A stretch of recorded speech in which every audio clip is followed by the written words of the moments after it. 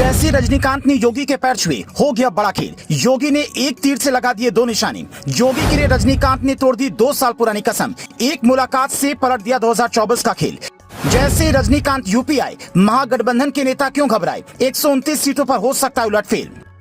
Rajinikanth UP आए, आते ही जैसे गाड़ी से उतरते ही योगी आदित्यनाथ के पैर छुए। रजनीकांत की योगी के पैर छूने की ये तस्वीर इस वक्त जमकर वायरल हो रही है। लेकिन क्या जानते हैं कि रजनीकांत ने जैसे ही योगी के पैर छुए, राजनीतिक जगत में बड़ा खेल हो गया। योगी ने 2024 से पहले महागठबंधन में सुराग करना शुरू कर दिया है। योगी और रजनीकांत की इस एक मुलाकात से बीजेपी को 2 फायदे होने वाले हैं। अब राजनीतिक जगत में इस मुलाकात के क्या मायने हैं और बीजेपी को इसका क्या फायदा होगा, इसे समझने के लिए आपको 2 बातें समझनी होगी। नंबर 1, साल 2024 में बीजेपी की रणनीति में साउथ बहुत अहम है। बीजेपी को पता है कि 2024 को फतेह करने के लिए साउथ के दरवाजे खोलने जरूरी हैं।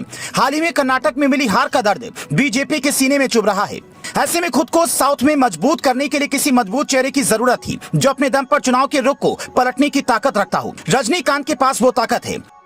साउथ में लोग उन्हें भगवान की तरह मानते हैं। साउथ में रजनीकांत की दीवानगी ऐसी है कि लोग उन्हें पूजते हैं। इस उम्र में भी रजनीकांत साउथ के किसी यंग एक्टर से कम नहीं है। बीजेपी रजनीकांत की इस ताकत को बाखूबी पहचानती है। साल 2019 में साउथ की 129 सीटों में से बीजेपी को केवल 29 सीटें मिली थी, जिनमें से 25 सीटें कर्नाटक में थी। अब कर्नाटक के हाथ से जाने के बाद बाकी राज्यों में पैठ जमाना जरूरी था। इसलिए 2024 से पहले रजनीकांत साउथ में बीजेपी के लिए तुरुप का इक्का साबित हो सकते हैं। नंबर 2, साउथ के 5 राज्यों में बीजेपी की पकड़ अभी उतनी मजबूत नहीं है। कर्नाटक हाथ से जाने के बाद अब बीजेपी की वहां की एक भी राज्य में सरकार नहीं है। 2023 में तेलंगाना में चुनाव होने हैं। 2024 में आंध्र प्रदेश में भी चुनाव होने की उम्मीद है। ऐसे में इन राज्यों के विधानसभा चुनाव में रजनीकांत बीजेपी के लिए कारगर साबित हो सकते हैं। साथ ही बीजेपी अगर चाहे तो रजनीकांत को सीएम का चेहरा भी बना सकती है।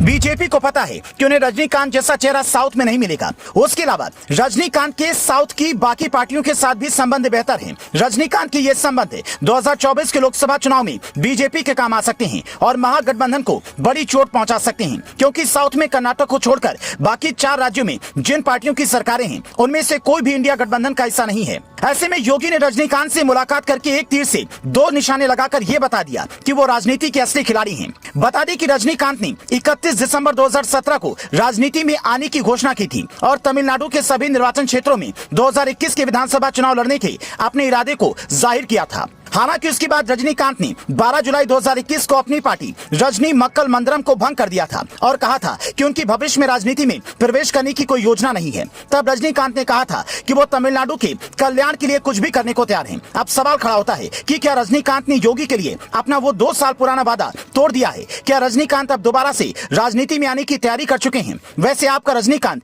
और योगी की इस मुलाकात पर क्या कहना है? क्या इन दोनों की मुलाकात का कोई फायदा बीजेपी को होगा? हमें कॉमेंट में जरूर बताएं।